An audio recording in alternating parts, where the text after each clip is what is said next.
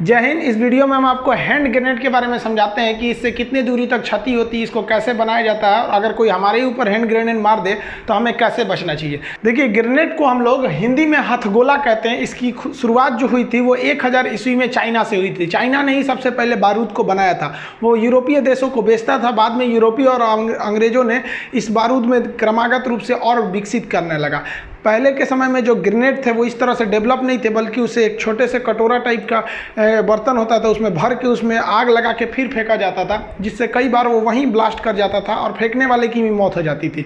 इसलिए जो हथगोला फेंकता था ग्रेनेड, उसकी एक अलग टीम होती थी जिसे ग्रेनेडियर कहा जाता था। तो अंग्रेजों ने ग्रेनेडियर रेजिमेंट को ही बनाया था, जो बाद में अभी भारतीय थल सेना का एक अभिन्न अंग है, बहुत ही बहादुर अंग है। तो ये ग्रेनेडियर रेजिमेंट थे। तो पहले ये लोग हथगोला फेंकते थे। जो ग्रेनेड का यूज होता है वो बेसिकली दो टाइप का होता है। एक होता है time delay fragmentation anti personal, यानी ये इसका मेन काम रहता है ये कि टाइमिंग के हिसाब से फटता है। ये 6 सेकंड में फट जाता है। ये कितना भी 6 सेकंड से पहले कुछ भी करते रहिएगा, ये नहीं फटेगा।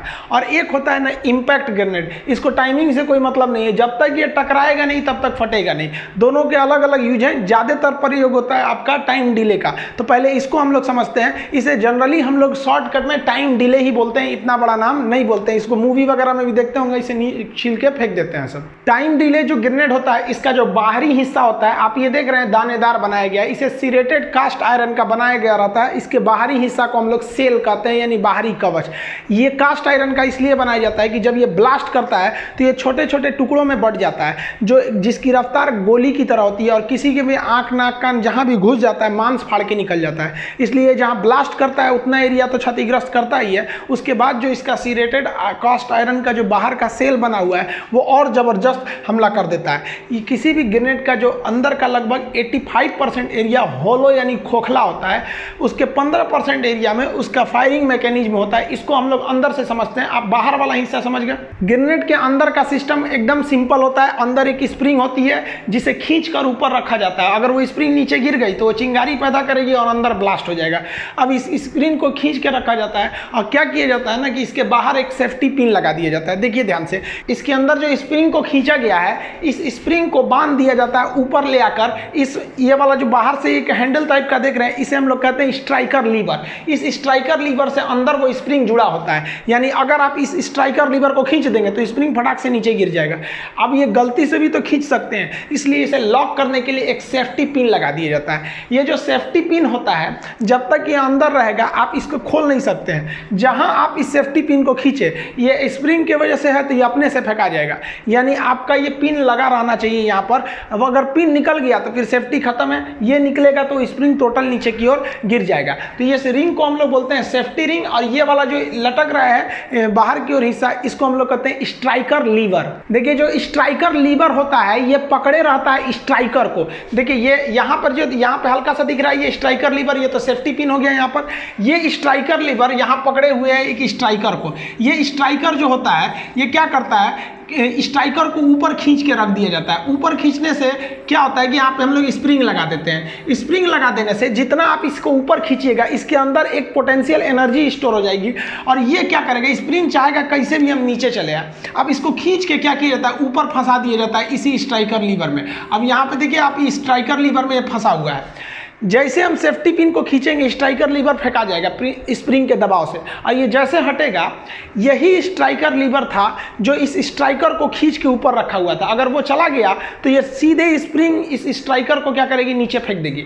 तो स्ट्राइकर दो चीज़ों से जुड़ा होता है। स्ट्राइकर में लगी रहती है स्ट्राइकर स्प्रिंग जो उसे ऊपर खींची रहती है, और उसको फंसा दिया जाता है बाहर में स्ट्राइकर लीवर से।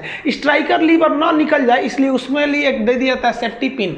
आप यहाँ देखेंगे तो ये जो ये स्प्रिंग दिख रहा है, ये स्ट्राइकर के अंदर लगा हुआ है स्ट्राइकर स्प्रिंग है, और नीचे का ये वाला पोर्शन स्ट्राइकर है। इसको खींच के रखा गया है, और ये बीच का जो खाली जगह होता है, अगर इसको जैसे ये यहाँ से स्ट्राइकर लीवर हटाएंगे, स्ट्राइकर तुरंत नीचे गिरेगा। स्ट्राइकर मतलब समझते हैं, कैरम में भी तो स्ट्राइकर होता था जो दूसरे को मारता था। या इसको मारेगा, यहाँ आके चिंगारी लगेगी और ये ब्लास्ट करेगा। आगे भी समझते हैं इसको। देखिए, सेफ्टी पिन को आप दांत से भी निकाल सकते हैं, अंगूठा से भी निकाल सकते हैं, ऐसे भी निकाल के फेंका जाता है। अब इसमें एक चीज़ है कि अगर आप सेफ्टी पिन को निकाल दिए हैं लेकिन स्ट्राइकर लीवर को पकड़े हुए हैं तो ये ब्लास्ट नहीं करेगा। क्यों नहीं ब्लास्ट करेगा कि देखिए, सेफ्टी पिन का काम था स्ट्राइकर लीवर को रोक के रखना। आप सेफ्टी पिन निकाल के अपने हाथ से रोक के रखें तो आप इसको 10 साल भी पकड़े रहेंगे तो ये ब्लास्ट नहीं करेगा।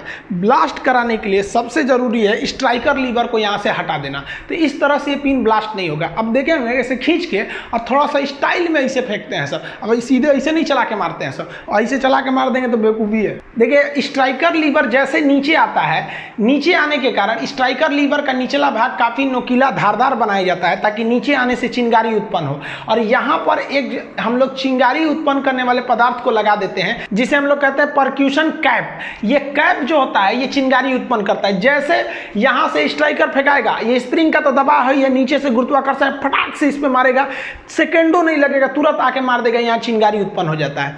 जैसे आप ये लाइटर में देखे होंगे गैस चलाने वाले में, आप पीछे से ऐसे ढकेलते हैं तो जाके आगे वो पत्थर पर टकराता है, हल्का सा चिंगारी निकलती है, गैस का चूल्हा जल जाता है। सेम वही मैकेनिज्म यहाँ है, लेकिन यहाँ समस्या क्या है कि अगर यहीं ब्लास्ट हो जाएगा ना ये परक्यूशन कैप पर ही, तो भागने का मौका ही नहीं मिलेगा। जैसे हटाएंगे और जैसे आपका स्ट्राइकर लीवर गया हो तो 1 सेकंड भी नहीं लगेगा, स्प्रिंग के दबाव पे फटाक से मार देगा। तो इसको रोकना है कि भाई साहब जो मार रहा है बम ना, उसको भी भागने का कम से कम मौका मिले। तो डिले करने के लिए यहाँ पर एक ठो डिले, देखिए केमिकल डिले लगा देते हैं। ये एक ऐसा फ्यूल होता है ना, धागे के समान होता है फ्यूल, जिसको जलने में काफ़ी समय लगता है। इसकी 2 खासियत होती है। ये जो ब्लू कलर का आप केमिकल डिले देख रहे हैं, इस पर ऐसा केमिकल लगा रहता है जो आग तो पकड़ लेता है, थोड़ा भी गर्मी पाएगा ना तुरंत आग पकड़ लेगा। अब यहाँ से ये टकराएगा इस पर परक्यूशन कैप पर तो चिंगारी उत्पन्न होगी, थोड़ा सा भी गर्मी में ये पकड़ लेता है तो आग बहुत जल्दी पकड़ता है, लेकिन धीरे धीरे जलता है। यानी थोड़ा भी गर्मी पाएगा आग लग जाएगा, लेकिन धीरे धीरे जलेगा। तो इसको जलने में 4 सेकंड का समय लग जाता है। तो यही जो होता है केमिकल डिले जो होता है, ये भागने का मौका देता है। इसीलिए जो मतलब बम फेंकने वाला होता है वो फेंकता है और सोचता है कि हम इधरे 4 सेकंड समय बिता दें, उधर की ओर ना जाए, इसलिए वो आराम से फेंकता है। इसको आगे समझाएंगे हम। तो ये केमिकल डिले हो गया। अब इसके बाद ये रेड कलर वाला देख रहे हैं, ये है आपका डेटोनेटर।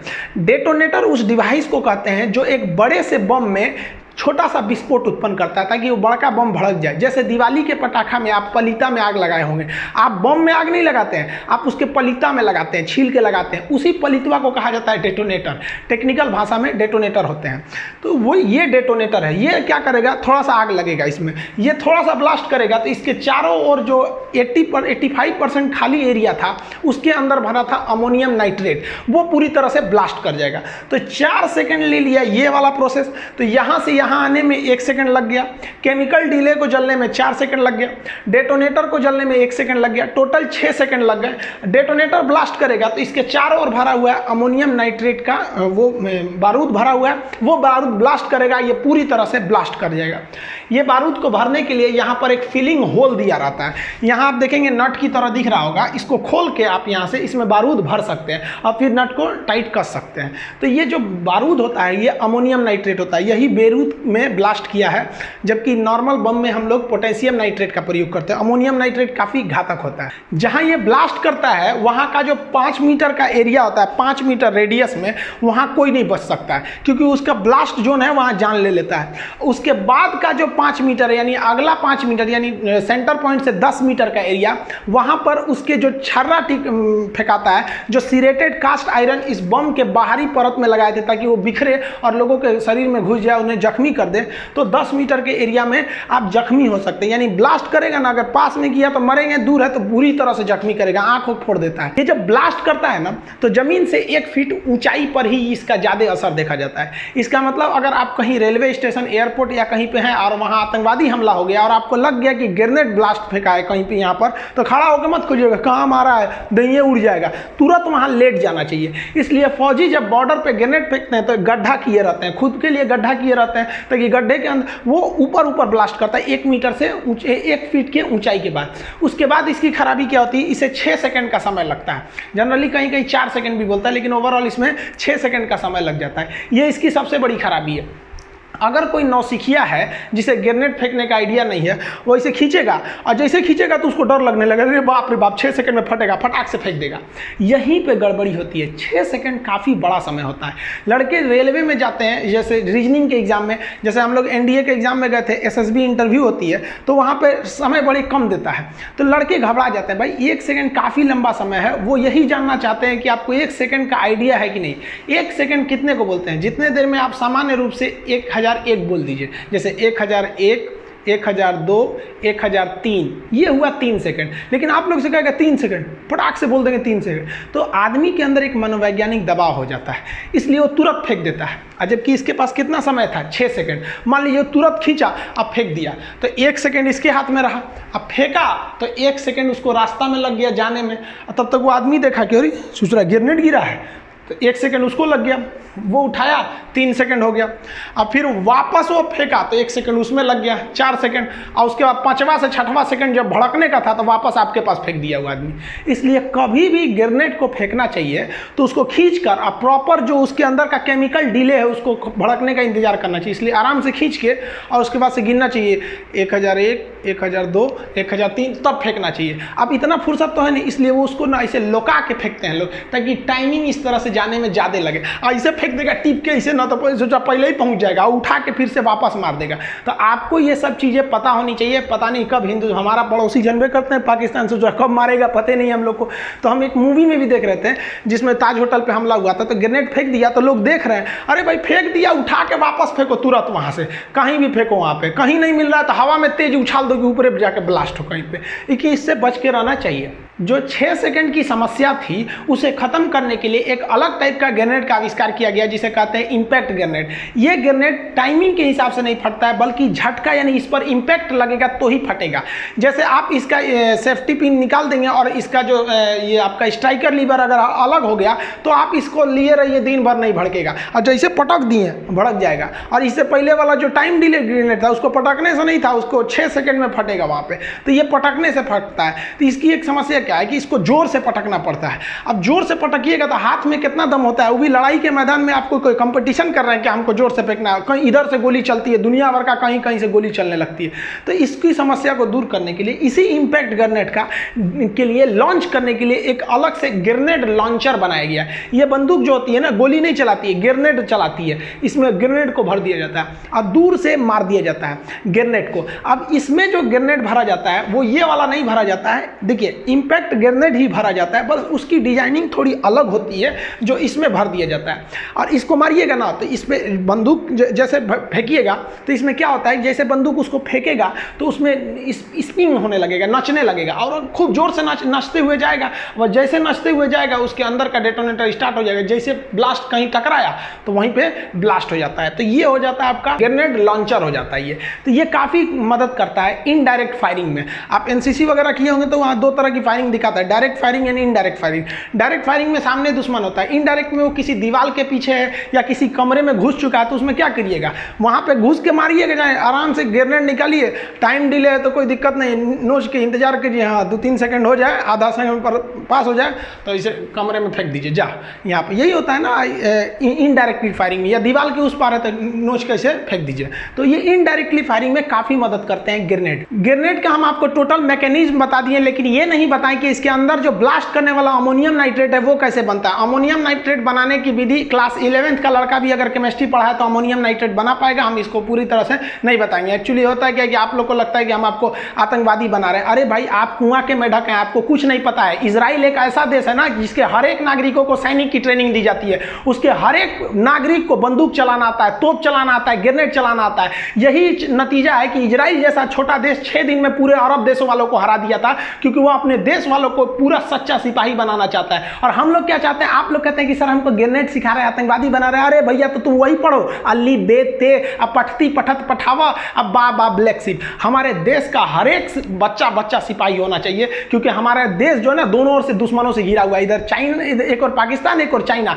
क्योंकि आने वाले समय में जब कभी युद्ध हो तो पूरी दुनिया देखे कि किस तरह भारत का बच्चा मारा था चाइना और पाकिस्तान को। लाहौर तक दौड़ा के मारो उसको, वहां बीजिंग तक। कैसे मारिएगा, बनाने आता है, ये रहेगा तब तो मरिएगा यहाँ पर। हम यही चाहते हैं कि हमारे देश का बच्चा बच्चा देश के प्रति सोचे, और जब देश की जरूरत पड़े तो ऐसा नहीं है कि केवल फौजी जाके वहां शहादत देंगे। अपना इतिहास के स्वर्णिम अक्षरों में जब ये बात लिखी जाएगी कि जब पाकिस्तान और चाइना ने एक साथ भारत पर आक्रमण किया था तो भारत की महिलाओं ने घर में बारूद बनाया था और अपने भाइयों को दिया था, माथे पर विजय तिलक लगा के। मां ने बोला था कि सीने पे गोली खा के आना, पीठ पे गोली खाओगे तो तुम्हें मैं बख्शूंगी नहीं, अपना बेटा कहने से इनकार कर दूंगी। आएगा तब ना। क्या इस देश को बचाने की जिम्मेदारी केवल 13 लाख सिपाहियों की है? हमारा कोई फर्ज नहीं बनता है यहाँ पर? आप कहते हैं कि हम आपको भाई ये आप जानिए, आप कुआं के मेढक हैं, आपको नहीं पता है। हम बस यही चाहते हैं कि जब चाइना और पाकिस्तान यहाँ हमला करें तो उनको पता चले कि ससुरा हमको लगता था 13 लाख फौजी है, यहाँ का 130 करोड़ जनता फौजी है। आप भले हमें आतंकवादी कर लीजिए लेकिन मेरा देश आगे रहना चाहिए। तुम सब राम बन जाओ, मैं रावण ही ठीक हूँ। सॉरी आप लोग बुरा मत मानिएगा यार, कुछ लड़के ऐसा कमेंट कर देता है ऐसे कि हम आपको आतंकवादी बनाना चाहते हैं। हम काय को बनाना चाहेंगे? पढ़ा लिखा आदमी सब चीज़ का समझदार होता है। अब्दुल कलाम ने भी क्या कहा था कि बड़ी मिसाइलें शोपीस बन के रह जाती हैं, युद्ध में हमेशा छोटे हथियार काम आते हैं। तो आप क्या करिएगा? हम लोग तो बचपन में बड़ी शौक था हम लोग को भी कि हम लोग फौज में जाएंगे। एनडीए से हमको छांट दिया, मेरा हाथ टेढ़ा है यहाँ पर। 13 साल की उम्र में हम पहली बार राइफल चलाए थे, हमको सिखाया था सुनील सर ने। वो राजपूत रेजिमेंट के काफ़ी अच्छे सोल्जर थे, हम लोग एनसीसी जब किए थे तो उस समय से हम लोग थे। आज भी कम से कम देश को जरूरत पड़ेगा तो इतना तो है ना कि भाई हम लोग एज एक फौजी की तरह लड़ सकते हैं। उतना नहीं लड़ सकते हैं लेकिन हम लोग को ट्रेनिंग देने का जरूरत नहीं पड़ेगा। तो देश के प्रति आप लोग भी सोचिए। भारत की एक समस्या है कि इतने बड़े देश के लोगों को, इतने लोगों को वो सैनिक ट्रेनिंग नहीं दे सकता है। लेकिन अगर हमारे पास पैसा रहता ना, देश के पास इतना संपन्न रहता तो हर एक लोगों को ट्रेनिंग दे देता। फिर हम लोग देखते कि कैसे कहीं आतंकवादी हमला हो जाता, क्योंकि यहाँ का हर बच्चा वहाँ पे, तब कमांडो बुलाने की जरूरत नहीं पड़ती। यहाँ पे बच्चा बच्चा कमांडो होता, क्योंकि हमारा देश है चारों ओर से दुश्मनों से घिरता जा रहा है। इधर नेपाल दुश्मनी करना चाह रहा है, उधर बांग्लादेश, धीरे धीरे सब अपना अपना तेवर बदल रहे हैं सब। तो हम दूसरे को क्या समझाएंगे? बारिश होती है तो खुद का छाता लगाना चाहिए। यहाँ पर हर बच्चे को सीखना चाहिए अपने देश के लिए। केवल सिपाहियों की जिम्मेदारी नहीं है कि जो बॉर्डर पे जाके शहीद होंगे, हम लोग कब काम आएंगे। खैर ये सब बातों को आप ज़्यादा दिल पे नहीं लीजिएगा। एक्चुअली कभी कभी आदमी बोल देता है। देखिए ये एटम बम भी होता है ना, इसके बारे में ये भी ब्लास्ट करता है तो इसकी भी कुछ कमियां हैं। एटम बम से भी लोग बचे हैं, हिरोशिमा में भी बचे हैं, नागासाकी में बचे हैं। इसका मैकेनिज्म भी आपको समझा देंगे। बुलेट प्रूफ जो जैकेट होता है ये भी जो होता है गोली को कैसे बचा लेता है, कैसे ये गोली को टुकड़ों में तोड़ देता है बुलेट प्रूफ, इसका मैकेनिज्म भी हम आपको समझा देंगे कि किस तरह से आपका परमाणु बम से भी बचा जा सकता है। आप देख रहे हैं कि केरल में विमान दुर्घटना हो गई है, उसके बारे में हम आपको बता देंगे फर्दर वीडियो में। एक्चुअली इन्वेस्टिगेशन अभी पूरी आगे तक नहीं पहुंची है ताकि पता ही नहीं चल पा रहा। अभी हम बस यही बता सकते दुर्घटना हुआ क्यों है, मतलब दुर्घटना हुआ है, लेकिन अगर उसके अंदर का पूरा डिटेल के लिए थोड़ा सा वेट करना पड़ेगा। मिलेंगे नेक्स्ट वीडियो में, तब तक के लिए जय हिंद।